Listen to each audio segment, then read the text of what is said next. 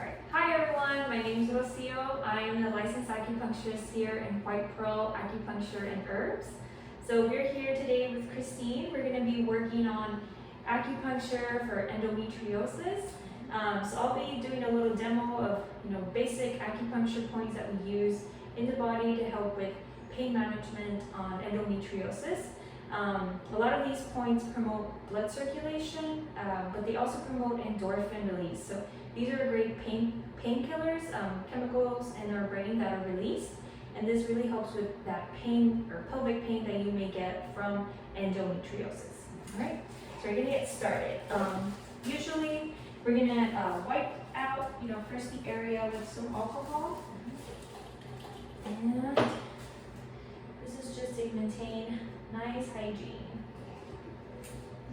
This is why I like to wear a skirt, because it makes it really easy to get to all the points you need to get to. That's right. So loose, comfortable clothing is usually the most appropriate. Skirts are awesome. You can pull them up and drape easily. So yeah. Perfect. Ooh, auricular, good. So we are going to do some irregular points. This helps mostly with our nervous system. Yes. I know when I have the auricular points, it really helps with any kind of stress that I'm feeling that may have built up. And I notice that in my sleep patterns, when my sleep patterns start getting disrupted. Right, and stress is like another major, sort of component to endometriosis that kind of like aggravates it. So the more stressed you are, more likely to experience some form of pain. So one note I want to note is that we do use sterile needles. They're all packed up. And then they're disposed of like any biohazard. So I have been asked before, do you reuse needles? I do not, nobody does. We all dispose of them like of any biohazard, used one time only. And usually you should look for that, that they're closed up and in a pack. Perfect, that's a good tip to remember, yeah. Safety first, and that's I guess also a good indication of someone who's licensed versus someone who's just freehand, dry needling, whatever they want to do. Yes. Alright, so we're going to do a small prick. Usually you can feel a little bit of dull achiness. Anything sharp or stabbing, you let me know, we'll back up and kind of manage. But usually it feels maybe like plucking an eyebrow, nothing more than that. Right, yeah.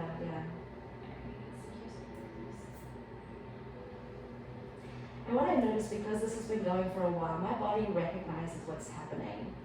So from a feedback point of view for me, right away, my parasympathetic is activated, my legs are relaxing, and I'm even feeling a channel up to my shoulder, my left shoulder, just relaxing a tension I didn't even know was there. Yeah. So I guess what happens with endometriosis is we tend to keep a lot of our tension maybe down in areas that aren't designed to hold tension. Right. And this helps to release it in a really gentle way. Correct. Yep. That acupuncture is very great at getting that blood flowing and moving things, in every part of the body. So it really helps release tension overall. Yeah, I can feel it. It's wonderful. And I'm someone who practices meditation and relaxation techniques in my breathing, and I'm mindful already. So this is quite enlightening to someone who is consciously trying to release and going, oh wait, there's more. And I have to say, like, the hands and the feet don't have as much feedback as they used to. Like that one right there, that's been the most. Yeah. So now we're going to move on to ear points. Now we just put a few body points. Some, as we can see, are locally in your lower abdomen. These are more, just kind of invigorating that blood flow to the uterus. The distal points actually have more of an effect distally because some of the nerve endings run up into our reproduction area. So that's sort of like its own form of treatment. Here's something I learned recently is that the nerves in the feet are connected to the pelvic floor. Correct. So it's really good to know that we can get some relief without anyone having to go into an area that's already painful. Correct. Now you mentioned the uterus. So I don't have mine, and I have a lot of wonderful benefits. So even though some of our clients or patients may not have a uterus, perhaps having had hysterectomy treatment, this is still wonderfully beneficial. Correct. Yeah. So it still helps women. I do get quite a few women that come in even after hysterectomy and they're having menopausal symptoms. And they're like, what's going on? I don't even have the uterus. Right. So in terms of, kind of working on hormone levels all over the body, this is a great therapy to add on. Really, I mean, other than inserting needles, there's really it's not invasive per se. There's no need to inject anything, so pretty safe for most individuals. Yeah. The only one thing we do always recommend is to make sure whoever you are, visiting has their professional license, is, under the medical board and has their correct training, right? Yes. Very important. Very important. Now, I'm just quick feedback when you went auricular. So everything on the top was feeling a nice relaxation on the top. As soon as you went auricular, my back started to relax as well, which is a wonderfully chilled out feeling. I can feel like, oh, okay, I can kind of nap for a little bit. Right. Which is And good. so one thing about the auricular points is that we do have a branch of a nerve called the vagus nerve that runs into the ear, and then it's got like more branches running out into the different parts of your body. So it may be, common for someone to, get a needle in the ear and it's like, oh, I feel it down my leg or down my feet. It's basically that vagus nerve, activating. Yeah, the vagus nerve stimulation is one of your free pain relieving tools. Right. Perfect. Just one quick question I had before we maybe explain a little bit more in Spanish, if you do have some words. Yes. So we mentioned again uterus nourishing, like the blood flow nourishing in the uterus. If you've had hysterectomy, it's so wonderfully helpful in clearing all those stuck energies. A lot of women that are pregnant have limited therapies available to them. Is acupuncture a safer alternative for people that are pregnant that maybe do have things like migraines or endo pain or pelvic pain, issues like that? Is it a safer alternative for them to explore? Yes, so it is a safe alternative to explore. It is one thing to note though that when you are, again, going back to the practitioner, they may have like enough experience to work with the pregnant women, because there are points that are contraindicated during pregnancy, which we don't want to move too much blood, or we don't want to encourage uterine contraction ahead of time. This can be for safety reasons. Right. We don't want to induce labor. Right. We do want to do that like closer to 40 weeks, but not early on. So it is a safe technique, when the practitioner is well trained. And so I have seen women during the pregnancy for low back pain, migraine headaches, the usual morning sickness. That's a pretty famous one. So it's something that they can search for and receive acupuncture. Oh, that's so good to know. I know there's so many people that feel that they have limited options, and to have this to also consider is so wonderful. Thank you. Right. Yeah. And one thing with the pregnant women is, you can't take medication other than Tylenol. Most of the time it's limited to that point. So in terms of chronic pain like migraines or just overall body pain, pregnancy comes along and it's like I can no longer take this that I used to depend on. So now you have that the acupuncture option as well. Perfect. Alrighty. Is there anything that you want to say for our viewers who may have different language needs? Okay, so the floor is yours. I'm going to lay here and just enjoy myself because I feel wonderful right now. Perfect. Thank you. Bueno, pues aquí estamos en White Pearl Acupuncture. Estamos aquí con Christine. Estamos trabajando con endometriosis, que es una enfermedad que causa que el tejido crezca fuera del útero, ¿verdad? El tejido de nuestro útero. Esto causa mucho dolor en el cuerpo, entonces la acupuntura es una buena alternativa que se puede usar para estos tipos de dolores.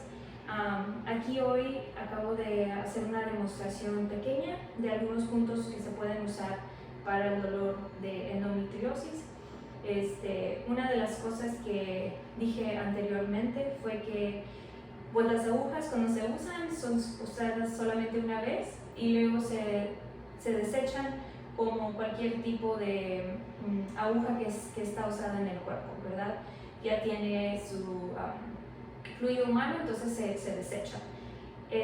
Otra cosa es que las agujas normalmente cuando se ponen en la piel, el dolor es muy mínimo, si acaso se siente como jalarse un pelo o sacarse la ceja, tipo así.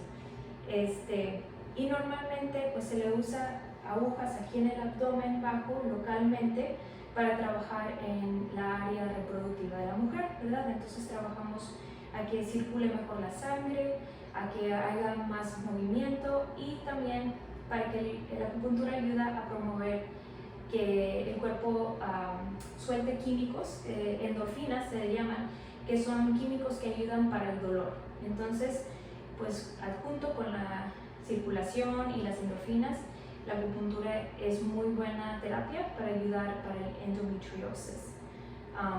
Otra nota nomás para agregar, puse unos puntos en el oído.